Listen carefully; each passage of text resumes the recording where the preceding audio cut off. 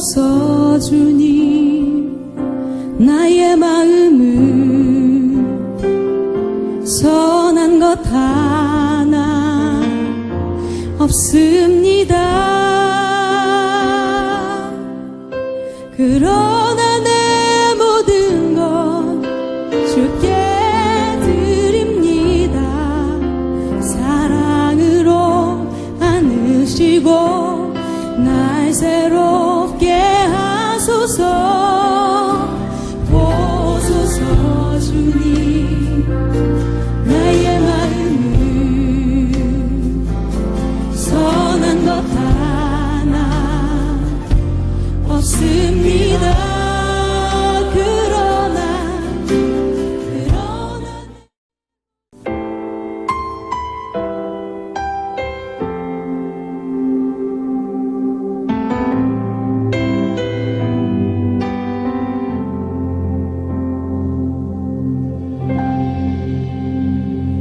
주 안에서 내 영혼 다시 태어나 이전 것은 지나고 새롭게 됐네. 죄로 물든 내 모습 예수와 함께 죽고 부활 생명 내 안에 새로운 삶이 열렸네. 너희가 나를 택한 것이 아니요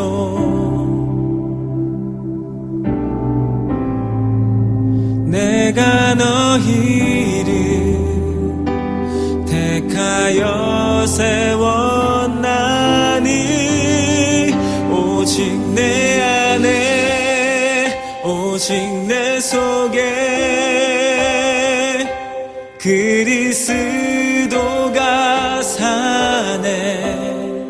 오직 내 삶에 오직 내 맘에 그가 주인 되셨네.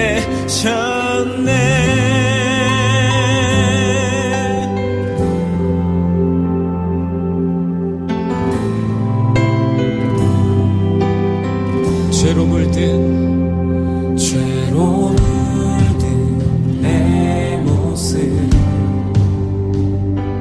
예수와 함께 죽고 부활 생명 내 안에 새로운 삶이 열렸네. 너희가 나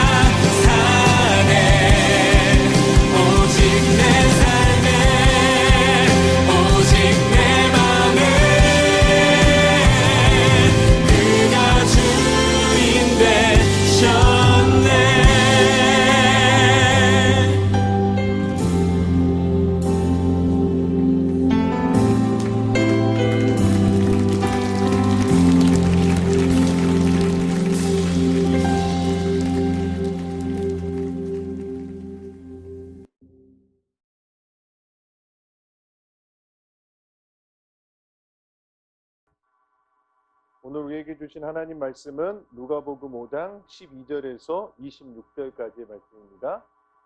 누가복음 5장 12절에서 26절까지의 말씀입니다. 주신 말씀 함께 받도록 하겠습니다. 예수께서 한 동네에 계실 때에 온몸에 나병 들린 사람이 있어 예수를 보고 엎드려 구하여 이르되 주여 원하시면 나를 깨끗하게 하실 수 있나이다 하니 예수께서 손을 내밀어 그에게 대시며 이르시되 내가 원하노니 깨끗함을 받으라 하신대 나병이 곧 떠나니라. 예수께서 그를 경고하시되 아무에게도 이르지 말고 가서 제사장에게 내 몸을 보이고 또 내가 깨끗하게 됨으로 인하여 모세가 명한 대로 예물을 드려 그들에게 입증하라 하셨더니 예수의 소문이 더욱 퍼짐에 수많은 무리가 말씀도 듣고 자기 병도 고침을 받고자 하여 모여오되 예수는 물러가사 한적한 곳에서 기도하시니라. 하루는 가르치실 때에 갈릴리의 각 마을과 유대와 예루살렘에서 온 바리새인과 율법 교사들이 앉았는데 병을 고치는 주의 능력이 예수와 함께 하더라. 한 중풍병자를 사람들이 침상에 메고 와서 예수 앞에 들여놓고자 하였으나 무리 때문에 메고 들어갈 길을 얻지 못한지라. 지붕에 올라가 기와를 벗기고 병자를 침상째 무리 가운데로 예수 앞에 달아내리니 예수께서 그들의 믿음을 보시고 이르시되 이 사람아 내 죄사함을 받았느니라 하시니 서기관과 바리새인들이 생각하여 이르되 이 신성 모독하는 자가 누구냐 오직 하나님 외에 누가 능히 죄를 사하겠느냐. 예수께서 그 생각을 하시고 대답하여 이르시되 너희 마음에 무슨 생각을 하느냐 내 죄사함을 받았느니라 하는 말과 일어나 걸어가라 하는 말이 어느 것이 쉽겠느냐. 그러나 인자가 땅에서 죄를 사하는 권세가 있는 줄을 너희로 알게 하리라 하시고 중풍병자에게 말씀하시되 내가 내게 이르노니 일어나 내 침상을 가지고 집으로 가라 하시매 그 사람이 그들 앞에서 곧 일어나 그 누웠던 것을 가지고 하나님께 영광을 돌리며 자기 집으로 돌아가니 모든 사람이 놀라 하나님께 영광을 돌리며 심히 두려워하여 이르되 오늘 우리가 놀라운 일을 보았다 하니라. 아멘. 계속해서 우리가 구원에 대해서 살펴보고 있습니다. 우리에게 있어서 우리의 믿음에 있어서 중요한 것은 구원일 것입니다. 그 구원은 바로 제사함의 은혜가 있어야 구원을 받을 수 있습니다. 그래서 에베소서에서도 말하기를 너희는 은혜에 의하여 믿음으로 말미암아 구원을 받았으니 이것은 우리에게서 난 것이 아니라 하나님의 선물이라고 말하고 있습니다. 우리는 죄인입니다. 죄인인 우리가 죄를 사할 수는 없습니다. 그러니 죄가 없으신 분이 죄를 대신 질 때 죄가 없어지는 것입니다. 즉 하나님께서 예수님을 보내주시고 예수님께서 십자가를 지심으로 우리의 모든 죄는 십자가 상에서 다 없어졌습니다. 다시 말해 사해졌다라는 것입니다. 아무런 값도 받지 않으시고 그냥 값없이 우리에게 거저 주셨습니다. 그것이 바로 죄사함이며 구원입니다. 그래서 구원은 하나님의 은혜이며 선물이다라는 겁니다. 오늘 말씀에서도 바로 이 부분을 말하고 있습니다. 죄사함을 말하고 있으며 구원을 말하고 있습니다. 오늘 말씀은 나병 환자와 중풍병자의 이야기입니다. 먼저 중풍병자의 이야기부터 보면 예수님이 한 집에 들어가서 말씀을 가르치고 있으셨습니다. 그곳에는 여러 분야의 사람들이 있었습니다. 말씀을 전하고 있는 그때에 지붕이 뚫리면서 사람들이 중풍병자를 들것에 실어서 내려보냈습니다. 이들은 예수님이 병자를 고치실 능력이 있으신 분이라는 것을 알고 믿었기에 그 중풍병자를 데리고 왔다라는 겁니다. 사람들의 관심사는 예수님이 병을 고치냐 못 고치느냐에 있었습니다. 이때 예수님은 다른 것도 하지 않으시고 안수기도도 하지 않으시고 병에 대한 어떤 것도 하지 않으셨습니다. 어떤 치료도 하지 않으셨습니다. 예수님이 하신 것은 그들의 믿음을 보시고 이 사람아 내 죄사함을 받았느니라 라고 이 말씀을 하셨습니다. 그 당시에 바리새인과 서기관들이 있었는데 예수님의 말을 듣고 그들은 예수님을 코너에 몰기 시작했습니다. 신성모독이다. 하나님만이 하실 수 있는 제사함을 당신이 뭔데 하느냐라고 말하면서 코너로 몰기 시작했습니다. 예수님을 쪼이기 시작했다라는 겁니다. 그때 예수님은 그들의 생각을 아시고 말씀하셨습니다. 24절 말씀을 보니 인자가 땅에서 죄를 사하는 권세가 있는 줄을 너희로 알게 하리라. 그러시면서 중풍병자에게 일어나 내 침상을 들고 가라고 하셨다라는 겁니다. 그때 중풍병자가 일어나서 침상을 가지고 나갔다라고 성경은 기록하고 있습니다. 여기서 중요한 것은 중풍병자가 나았다라는 것입니다. 그런데 예수님이 중풍병자를 고치시는 것은 단순한 병만 고치신 것이 아니다라는 겁니다. 즉 그의 영혼까지 온전해지도록 예수님이 고쳐주셨습니다. 다시 말해 중풍병자를 모든 면에서 구원해 주셨습니다. 구원이라는 단어는 헬라어로 소조라는 단어를 사용합니다. 이 단어의 의미를 보면 병고침이 그 안에 포함이 되어 있고 죄사함이 그 안에 포함되어 있다는 겁니다. 그러니 이 중풍병자는 예수님께 구원받은 것입니다. 예수님은 단순히 병만 고치시는 것이 아니라 우리의 삶 전체를 고치시는 분이십니다. 더불어서 우리의 모든 죄를 사하실 수 있는 분이 바로 예수님이십니다. 예수님은 우리의 삶을 온전하게 하시는 분이십니다. 그런 주님 앞에 우리는 한낱 중풍병자에 불과하다라는 겁니다. 우리가 세상에서 무엇인가 할 수 있고 내가 더 많이 알고 있고 내가 더 잘한다라고 생각을 합니다. 그러나 이 모든 것은 착각입니다. 우리가 주님 앞에서 할 수 있는 게 무엇입니까? 아무것도 없습니다. 몸 하나 움직이지 못하고 손가락 하나 움직이지 못하고 아무것도 할 수 없는 것이 우리 사람이다라는 겁니다. 뭐 하나 조금만 잘 되거나 잘 풀리면 내가 한 것이고 내가 잘 생각해서 한 거라고 말하고 있지만 주님 앞에서는 우리는 중풍병자와 같이 아무것도 못하는 그저 누워만 있는 사람이다라는 겁니다.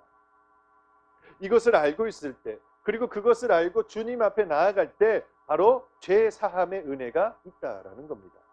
병 고침의 은혜가 있다라는 겁니다. 구원이 있다라는 겁니다. 오늘 말씀에 나오는 한센병자를 보시기 바랍니다. 예수님께 나와서 치료받았습니다. 그런데 여러분 한센병자에 대해서 여러분 잘 아십니까? 구약에 보면 한센병에 걸리면 영내에서 추방당하게 됩니다. 그들은 마을에서 함께 살 수 없는 그러한 자입니다. 그러한 자가 할 수 있는 것이 무엇이 있겠습니까? 아무것도 없습니다. 동네에만 들어와도 돌에 맞을 정도로 이 한센병은 부정한 병이다라고 취급당하였습니다. 그런 병자가 지금 예수님께 나온 것입니다. 자신이 가지고 있는 병을 인정하고 주님 앞에 나왔습니다. 있는 모습 그대로 주님 앞에 나와서 주님의 은혜를 구했습니다. 그때 예수님은 한센병자를 치료해 주셨습니다. 이 모습을 보면서 우리의 모습을 발견하시기를 주님의 이름으로 소망합니다. 우리도 세상에서 얼마나 많은 병들이 있습니까? 마음의 병이 있습니다. 육신의 병이 있습니다. 정신의 병이 있습니다. 그 외에 여러 가지 기타 등등의 병이 있을 것입니다. 또한 이 병을 우리의 죄로 생각해 보는 것도 좋을 것 같습니다. 구약에서 한센병은 부정한 것이었습니다. 그럼에도 병을 가진 자나 죄를 지은 자나 다 공통점은 주님 앞에 있는 모습 그대로 나아오는 것입니다. 주님, 내게 말 못할 죄가 있습니다. 주님, 내게 엄청난 병이 있습니다. 용서하여 주시고 치료하여 주시옵소서라는 그 마음으로 주님 앞에 나아가야 합니다. 그래야 죄사함을 받고 치료받고 은혜를 받는 것입니다. 그래야 내 마음 가운데에서 평화와 평강이 임하는 것입니다. 주님 앞에 나오지 않으면 모든 것이 불편합니다. 모든 것이 내 마음대로 안 된다는 겁니다. 요즘 어렸을 때 오락실 예화를 자주 듣는 것 같습니다. 어렸을 때 오락실을 다녔습니다. 그런데 앞서 예화에서 말씀드렸다시피 부모님은 오락실을 가는 것을 싫어하셨습니다. 그런데 저는 오락실을 자주 갔습니다. 걸리지 말아야 하는 그 마음으로 그 오락실을 자주 다녔다라는 겁니다. 근데 저는 걸리지 않았으면 좋겠다고 생각하지만 저보다 저를 더 잘하는 아버지나 어머니가 제가 오락실 가는 것을 더 잘 알아서 늘 자주 걸리는 것이 문제였다라는 겁니다.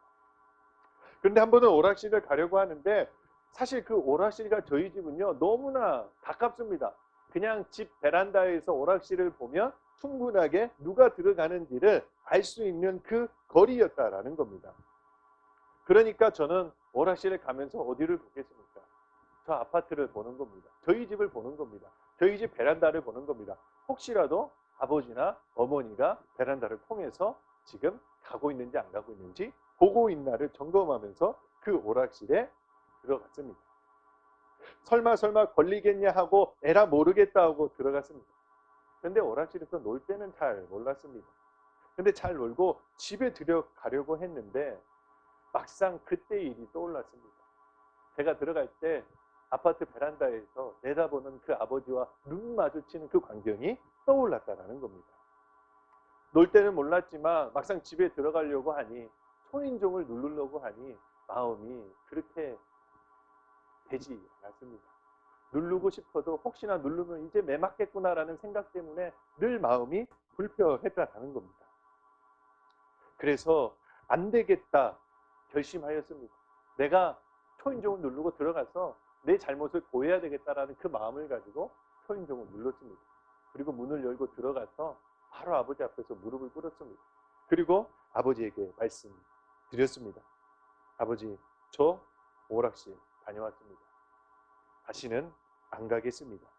용서해 주세요. 이때 아버지가 하신 말씀 아직도 기억하고 있습니다. 너가 아니 내가 용서해 줄게. 다음부터 가지 마라. 너가 아니 내가 용서해 줄게. 이 말이 무엇입니까? 있는 모습 그대로 아버지에게 가서 다 구하니 아버지가 용서해 주셨습니다. 여러분, 육신의 아버지도 이런 모습인데 하늘에 계신 하늘 아버지, 즉 하나님 아버지는 어떻게 했습니까? 달려와 안아주시면서 괜찮다고 하지 않으시겠습니까? 마치 탕자가 돌아올 때 오히려 기다리고 계셨던 그 아버지의 모습이 아니겠습니까? 여러분, 우리는 죄인입니다. 죄인 아닌 사람은 이 세상에 아무도 없습니다. 정말로 정직한 사람도 정밀하게 들여다보면 그 사람도 죄를 지었습니다. 법에 대한 부분에만 보더라도 법을 갖다 붙이면 어느 누구도 피해 갈 수가 없다라는 겁니다. 청문회를 보시기 바랍니다. 이미지가 좋아, 이 사람은 바로 통과될 것 같은 사람도 청문회 들어가면 어떻습니까? 모든 것이 다 걸리게 되어 있다라는 겁니다. 하물며 하늘에 계신 하나님을 여러분 피할 수 있겠습니까? 없습니다. 인정하는 것이 가장 빠릅니다. 그리고 주님께 나아가는 것이 가장 빠르다라는 겁니다. 그렇게 주님께 나아가면 주님은 다 아시고 용서해 주십니다. 그리고 치료해 주십니다. 그리고 우리에게 은혜를 더하여 주신다라는 겁니다. 그런 점에서 한 가지 더 생각해 볼 것은 그럼 죄사함을 어떻게 받냐라는 것입니다. 여러분, 우리가 어떻게 하면 죄사함을 받을 수 있겠습니까? 그 방법이 무엇이겠습니까? 예를 들어 여러분들이 교통법을 어겼다라고 한번 해봅시다. 무단횡단을 하는데 경찰이 딱 기다려다가 잡혀가 신분증을 달라고 이렇게 말을 합니다. 이때 여러분들이라면 무엇을 해야 되겠습니까?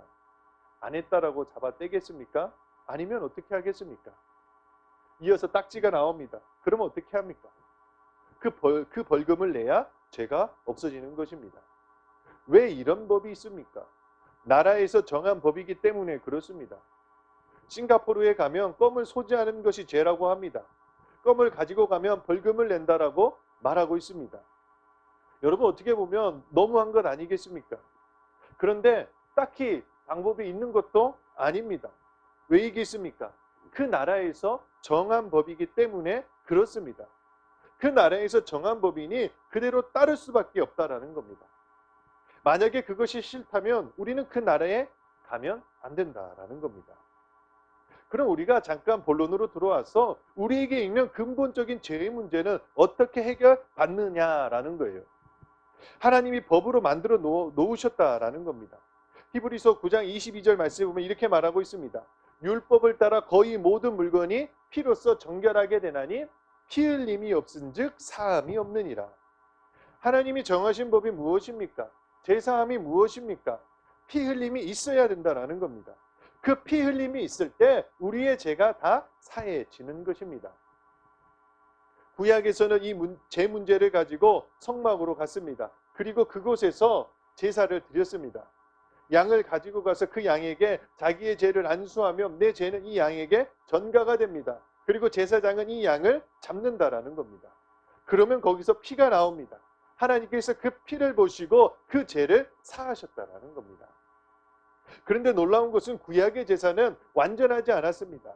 이 말은 내가 지은 죄에 대해서 계속해서 양을 잡아야 된다는 겁니다. 그러나 신약에 와서는 어떻습니까? 예수 그리스도가 이 땅에 오셨을 때 성전제도, 제사제도는 폐지하셨습니다. 예수님이 직접 십자가를 지심으로 죄사함을 위한 제사를 단번에 완성하셨습니다. 사실 구약에서는 1년에 한 번씩 대제사장이 이스라엘의 죄 문제를 가지고 지성소로 들어가서 의식을 치름으로 죄가 사해졌습니다. 그런데 예수님이 십자가를 지셨다는 것은 이 모든 부분을 다 끝냈다는 겁니다. 그래서 예수님이 십자가상에서 마지막으로 했던 말이 있습니다. 다 이루었다라는 말을 그때서야 하셨다는 겁니다. 그러니 우리 또한 예수님의 십자가에서 흘리신 보혈로 말미암아 죄가 사해지는 것입니다. 여러분들이 그 예수님을 믿을 때 보혈이 여러분들의 모든 것을 덮는 것입니다. 그러면 죄사함 받는 것이고 하나님 앞에 나아갈 수 있게 되는 것입니다. 우리는 이것을 놓치면 안 된다는 겁니다. 구원받기 위해서 예수님 믿어야 된다는 것은 결국 예수님이 우리를 위해 십자가에 달리셔서 온갖 피를 흘리시고 그 피로 말미암아 우리를 구원하셨다라는 것을 우리는 믿는다라는 겁니다. 그 모든 것을 포함한 것이 바로 예수 믿고 구원받아 천국에 간다는 말이 그 모든 내용이 그 안에 있다라는 겁니다. 그렇기 때문에 우리는 이 부분을 제대로 알고 이제는 그 예수님을 제대로 묵상해야 됩니다. 나에게 있어서 예수님이 어떤 분이신지, 나를 위해 예수님이 어떻게 하셨는지에 대해서 충분하게 묵상해야 된다는 겁니다. 그리고 그분을 위하여서 열심을 내서 살아가야 되는 것입니다. 날마다 그분을 찬송해야 되는 것이 마땅한 삶입니다. 왜이겠습니까? 그분이 우리를 구원하셨습니다. 그분이 우리의 죄를 다 사해 주셨기 때문에 우리는 마땅히 그분을 찬송해야 되는 것입니다. 그러니 구원은 죄사함입니다. 이 부분을 놓치지 않고 매일 매 순간 예수님을 묵상하면서 하루하루를 살아가는 교사 선생님들 모두가 다 되시기를 주님의 이름으로 소망합니다. 이 시간 우리 함께 기도하겠습니다. 이 시간 기도할 때 오늘의 말씀을 품고 우리 함께 기도하겠습니다. 구원은 죄사함입니다. 하나님, 우리가 예수 그리스도를 잘 믿어서 죄사함 받고 있는 모습 그대로 나아가서 하나님께서 주시는 그 은혜를 바탕으로 이 땅에서 많은 것을 누릴 수 있는 은혜를 더하여 주시옵소서라고 우리 함께 기도하겠습니다. 주님은 산 같아서 여전히 그 자리에 계셔 눈을 들면 보이리라 날 위한 그 사랑 주는 나의 도움이시며 주의 계획 영원하시네 주의 위엄 앞에 믿음으로 순종해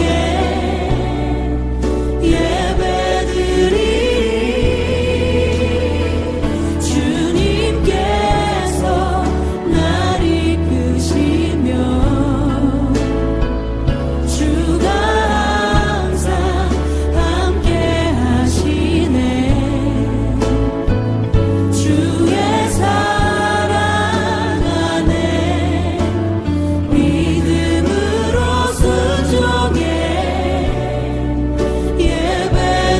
예배드리리 영원히 주님은 산 같아서 주님은 산 같아서 여전히 그 자리에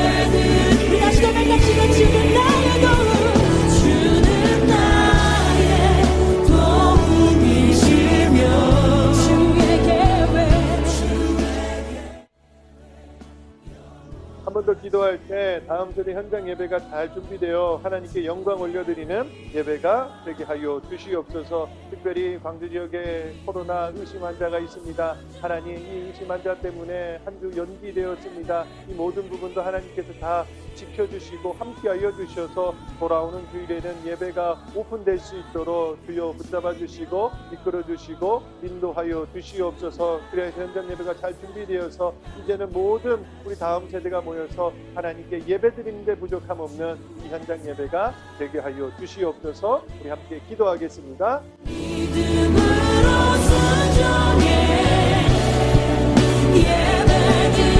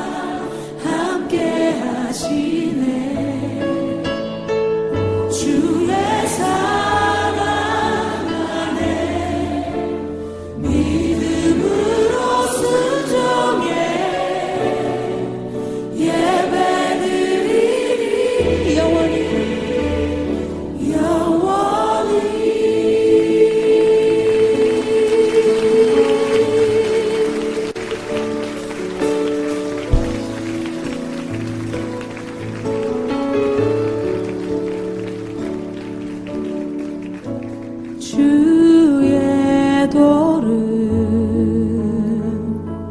내게 알리소서.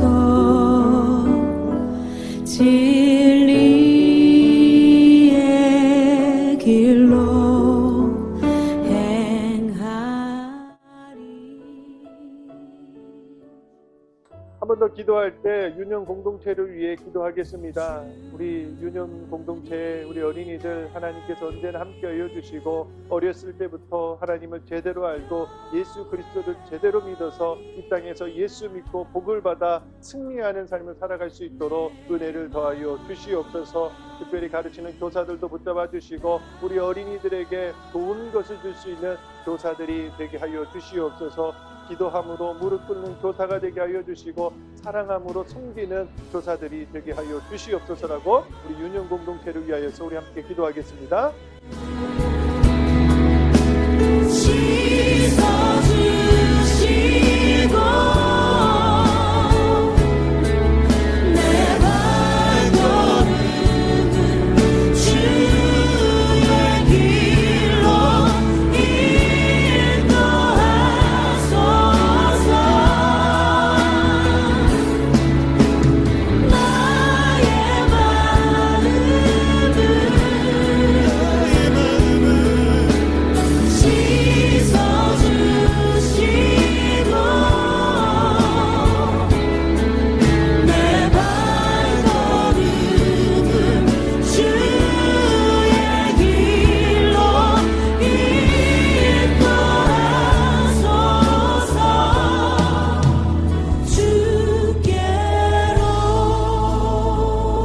다시 한번 이 고백을 접해드리기를 원합니다. 주의 도를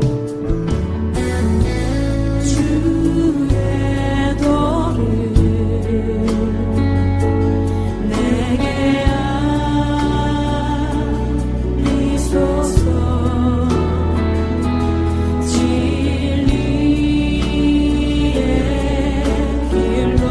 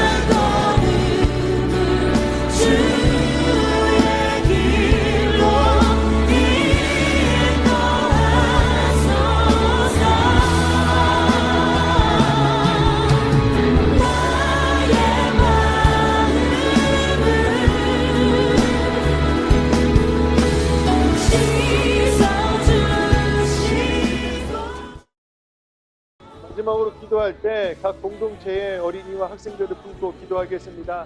하나님, 내가 맡고 있는 어린이와 학생들 모든 삶을 주관하여 주시고 하나님 나라 위하여서 열심을 낼 수 있는 우리 어린이와 학생들이 되게 하여 주시옵소서. 우리 이름을 불러가며 기도하겠습니다. 특별히 손을 맞지 않는 교사는 우리 교사들을 품고 이 시간 우리 함께 기도하겠습니다.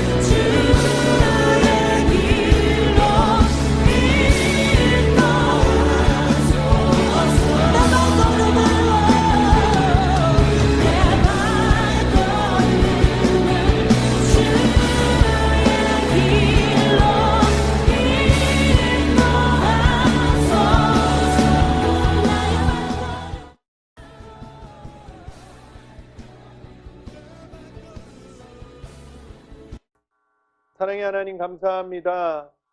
특별히 우리를 사랑해 주시고 온라인상이지만 같은 마음을 가지고 계속해서 현장 예배 준비를 위하여서 기도하게 하시며 하나님 감사합니다.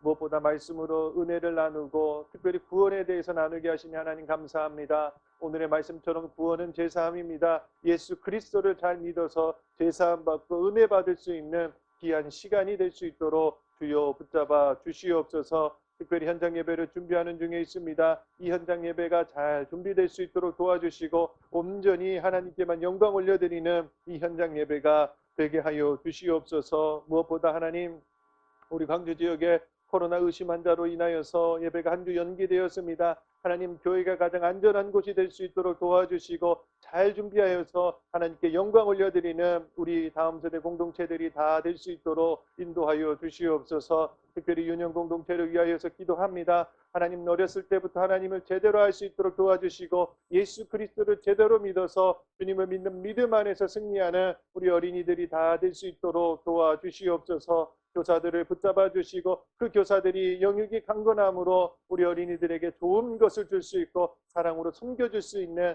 교사들이 되게 하여 주시옵소서. 특별히 하나님 모든 부분을 준비하는 중에 있습니다. 하나님 이 부분도 잘 준비될 수 있도록 도와주시고 특별히 우리 교사들에게 믿음과 건강과 지혜를 더하여 주셔서 이 땅에서 믿음으로 살게 하시고 건강함으로 살게 하시고 지혜롭게 이 땅에서 살 수 있도록 주님께서 모든 것 가운데 함께하여 주시옵소서. 우리 교사들의 자녀들을 지켜주시고 가정을 지켜주시고 삶의 모든 현장 가운데 평안함으로 이끌어 주시고 인도하여 주시옵소서. 모든 순간 우리 하나님께서 함께하여 주실 줄 믿으며 우리 구주 예수님의 이름으로 기도드립니다. 아멘.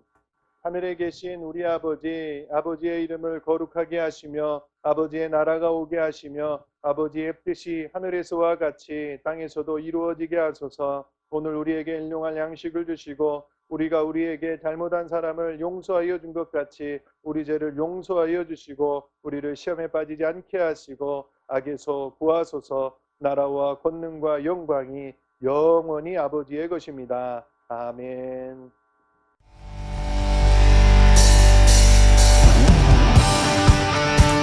이 시간 우리를 향한 주님의 신실하심을